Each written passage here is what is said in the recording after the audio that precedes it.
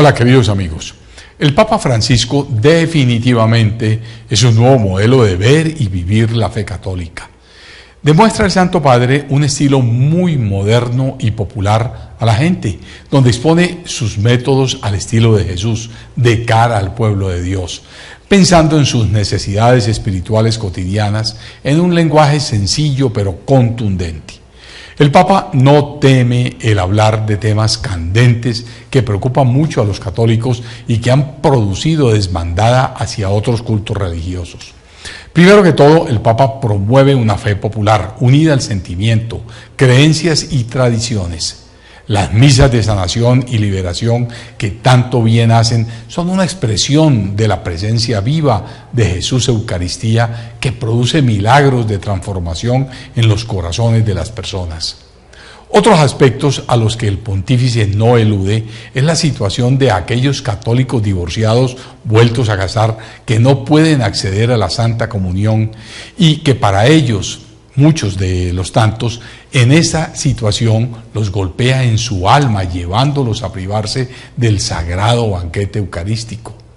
El Papa no está aprobando la irregularidad en el sacramento matrimonial frustrado, pero sí ha dicho que sobre eso no debe haber injerencia, que se debe acompañar a estas personas a partir de su condición. También expresó que no se obsesionen con los temas del aborto, matrimonio de homosexuales y los divorciados, lo que no indica que el Papa acepte dichas condiciones, es ver desde el espíritu humano esas realidades que se presentan en la vida de muchos. En todo caso, se ven venir pronto algunos cambios y reformas en la Iglesia. Desde luego, nada que toque los dogmas y la sana doctrina de Cristo, pero sí algunos aspectos más canónicos que están relacionados con la administración de la fe, como las condiciones humanas de mucha gente alejada, que ansiosos están por volver sin ser condenados. Esto no indica que la Iglesia o el Papa apruebe prácticas como el matrimonio de personas del mismo sexo, pues en esto él ha sido muy claro que no hace parte de los planes de Dios, pero que no se estigmatice a aquellos que pasan por esa situación, pues también son hijos de Dios. El Papa ni la Iglesia tampoco estará de acuerdo nunca sobre la práctica del aborto, pero no quiere condenar a la eternidad a quienes por alguna razón de ignorancia o desespero acudieron a él sin medir las consecuencias.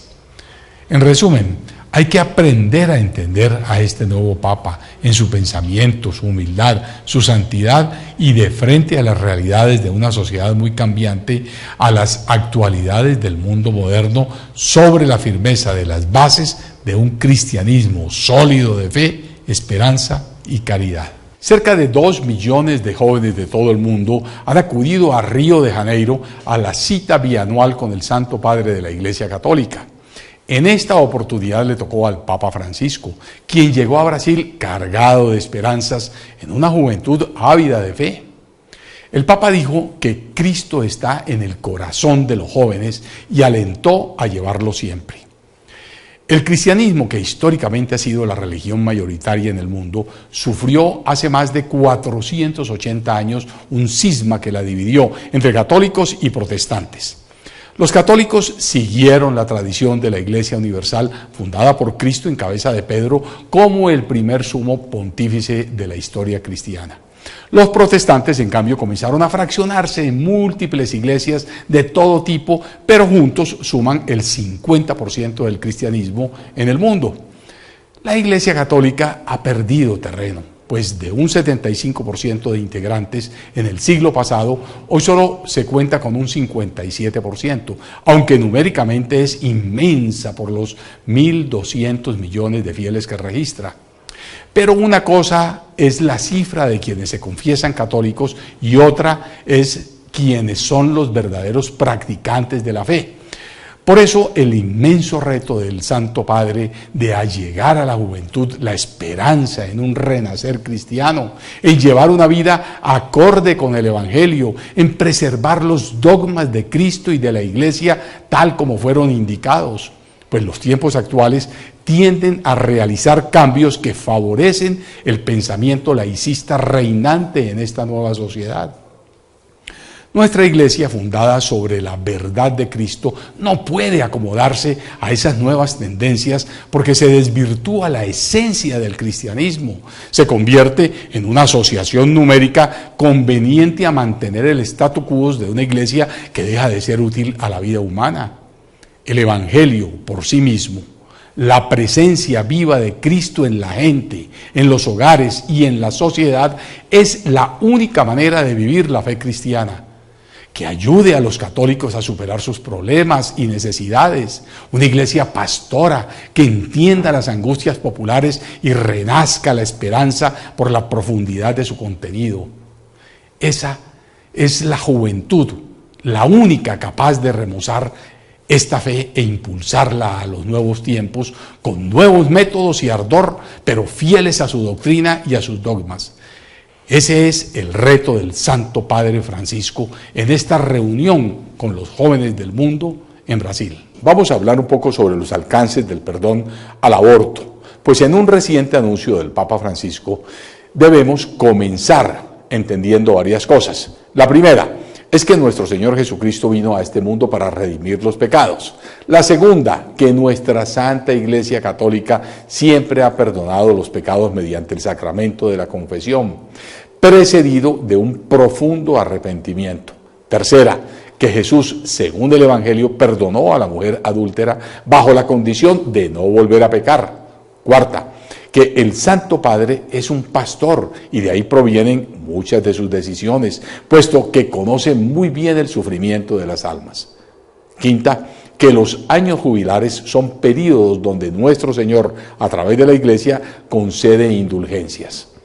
Teniendo en cuenta estas 5 premisas y posiblemente otras que se me escapan, entiendo que el Papa, inspirado por el Espíritu Santo, decidió ayudar al alivio espiritual del pecado del aborto a miles de mujeres que han cargado el sufrimiento de ese terrible acto de desamor, impulsadas por el miedo, el desespero y a veces por el mal consejo cuando han cometido este gravísimo pecado.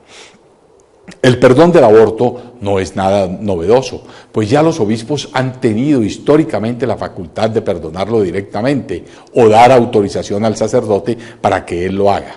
Esta medida del Santo Padre lo que pretende es que todos los sacerdotes durante el año jubilar lo hagan cuando la mujer se acerque a la reconciliación y confiese que ha abortado, pero siempre y cuando exista el auténtico arrepentimiento y la promesa de jamás volver a hacerlo, pues no se trata de pecar para ser perdonada y volver a pecar. Hay que entender el alcance de la intención del Papa con esta medida. Y es que todos somos pecadores, pero Dios en su infinita bondad siempre perdona a todo aquel que se siente arrepentido. Porque llevar una carga tan pesada como el crimen del ser más indefenso durante toda la vida es un terrible tormento para muchas mujeres que han caído en ese pecado. Me alegro pues por esta noble acción y admiro la bondad del Santo Padre, pero hay que advertir que no significa que una mujer que ha caído en embarazo pueda utilizar este perdón para abortar y luego pedir perdón. Esto sería gravísimo, ya que ahí sí hay una intención perversa, es decir, mato y luego pido perdón para ser absuelta. Pues quien haga eso siempre estará en pecado, porque engaña al sacerdote, pero no engaña a Dios, y en el juicio final ese pecado no estará perdonado, así el sacerdote engañado le hubiese concedido la absolución.